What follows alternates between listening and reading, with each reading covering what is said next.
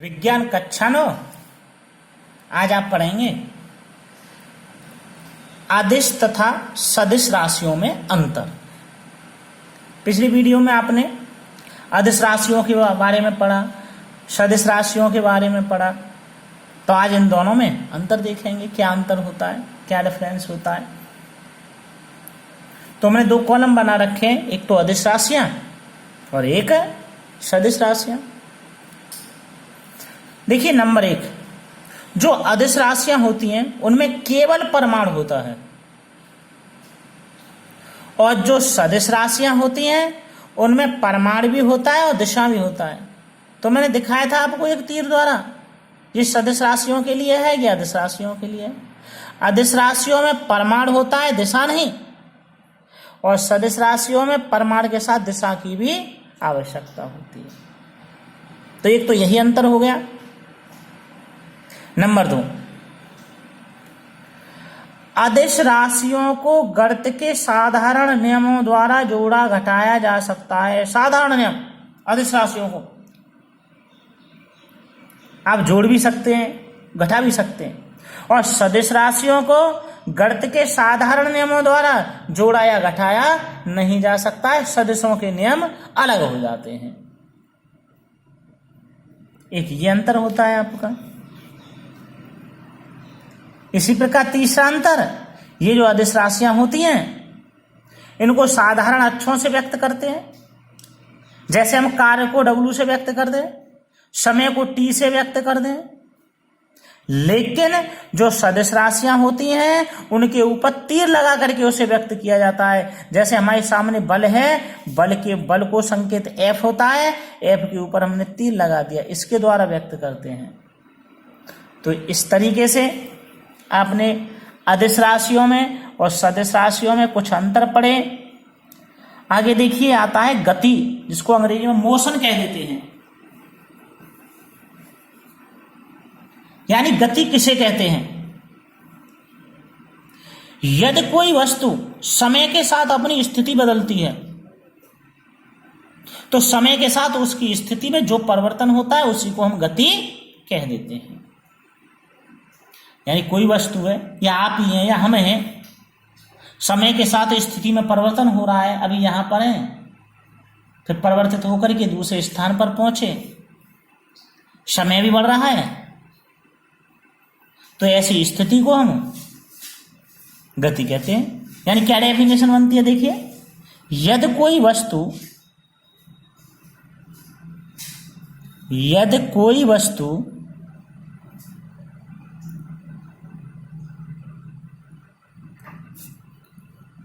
समय के साथ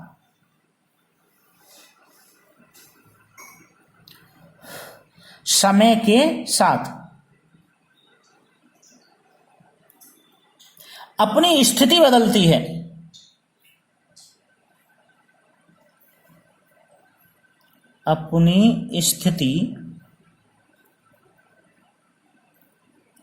बदलती है, तब समय के साथ उसकी स्थिति में परिवर्तन ही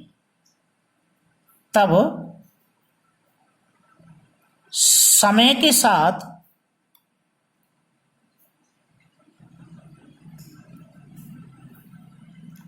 साथ उसकी स्थिति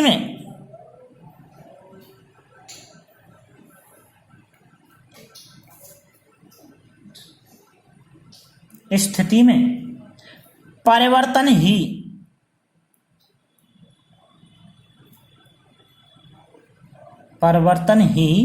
गति कहलाता है।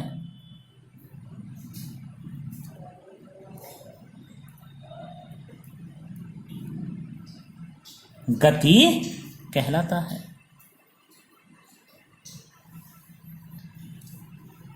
इसके बाद हम आपको ब्राह्म अवस्था के बारे में बताते हैं। ब्राह्म अवस्था किसे कहते हैं?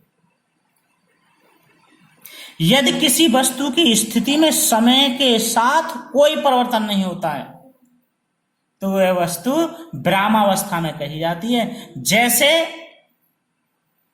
इस पुस्तक के ऊपर रखी पेंसिल, ये जो पेंसिल रखी है ये विराम अवस्था में है। या मेज पर रखी हुई पुस्तक, पृथ्वी पर खड़े हुए पेड़ पौधे, या पृथ्वी पर खड़ा हुआ बिजली का खम्मा, ये सभी आपके विराम अवस्था के अंतर्गत आते हैं। कोई मेज है, मेज पर पुस्तक रखी हुई है, समय के साथ नहीं बदल रही है, तो वो आपकी विराम अवस्था कहलाएगी। क्योंकि इसकी जो परिभाषा है वो इस प्रकार है, यदि किसी वस्तु की स्थिति में समय के साथ साथ कोई भी परिवर्तन नहीं होता है तो उसे हम विराम अवस्था कहलाता है। वो वस्तु विराम अवस्था में होती है, विराम अवस्था में होती है। तो देखिए क्या है इसकी परिभाषा। यदि किसी वस्तु की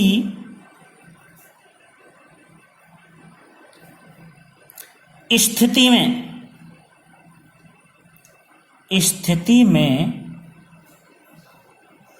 समय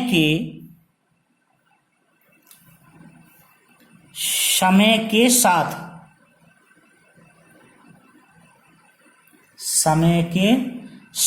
साथ कोई परिवर्तन नहीं होता है, कोई परिवर्तन नहीं होता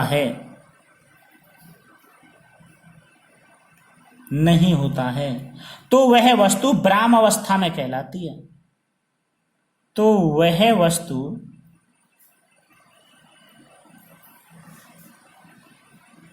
विराम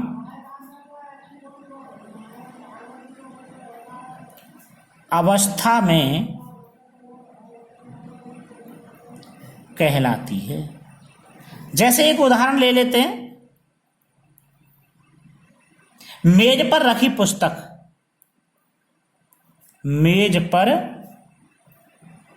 रखी पुस्तक, और भी अनेक उदाहरण हैं, हमने ये उदाहरण दे रखा है। ऐसी स्थिति को ही हम विराम अवस्था कहते हैं। अब आता है आपका गति अवस्था। यदि किसी वस्तु की स्थिति में समय के साथ साथ परिवर्तन हो रहा है तो वह वस्तु गति की अवस्था में कहलाती है।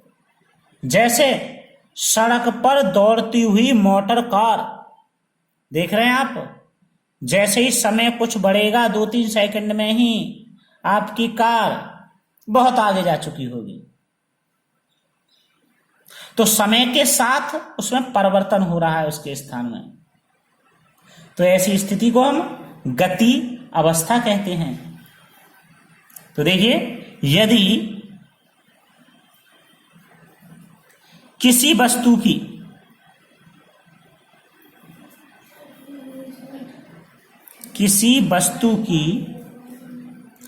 स्थिति में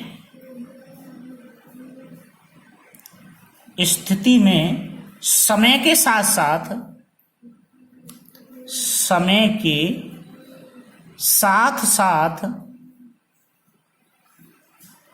परिवर्तन हो रहा हो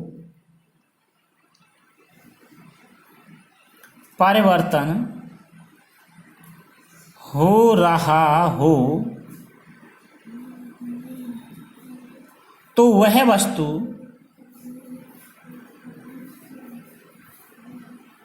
वह वस्तु गति की अवस्था में कहलाती है। गति की अवस्था में कहलाती है। जैसे बच्चों एक उदाहरण देते हैं, सड़क पर दौड़ती हुई मोटर कार, सड़क पर दौड़ती मोटर कार। धन्यवाद।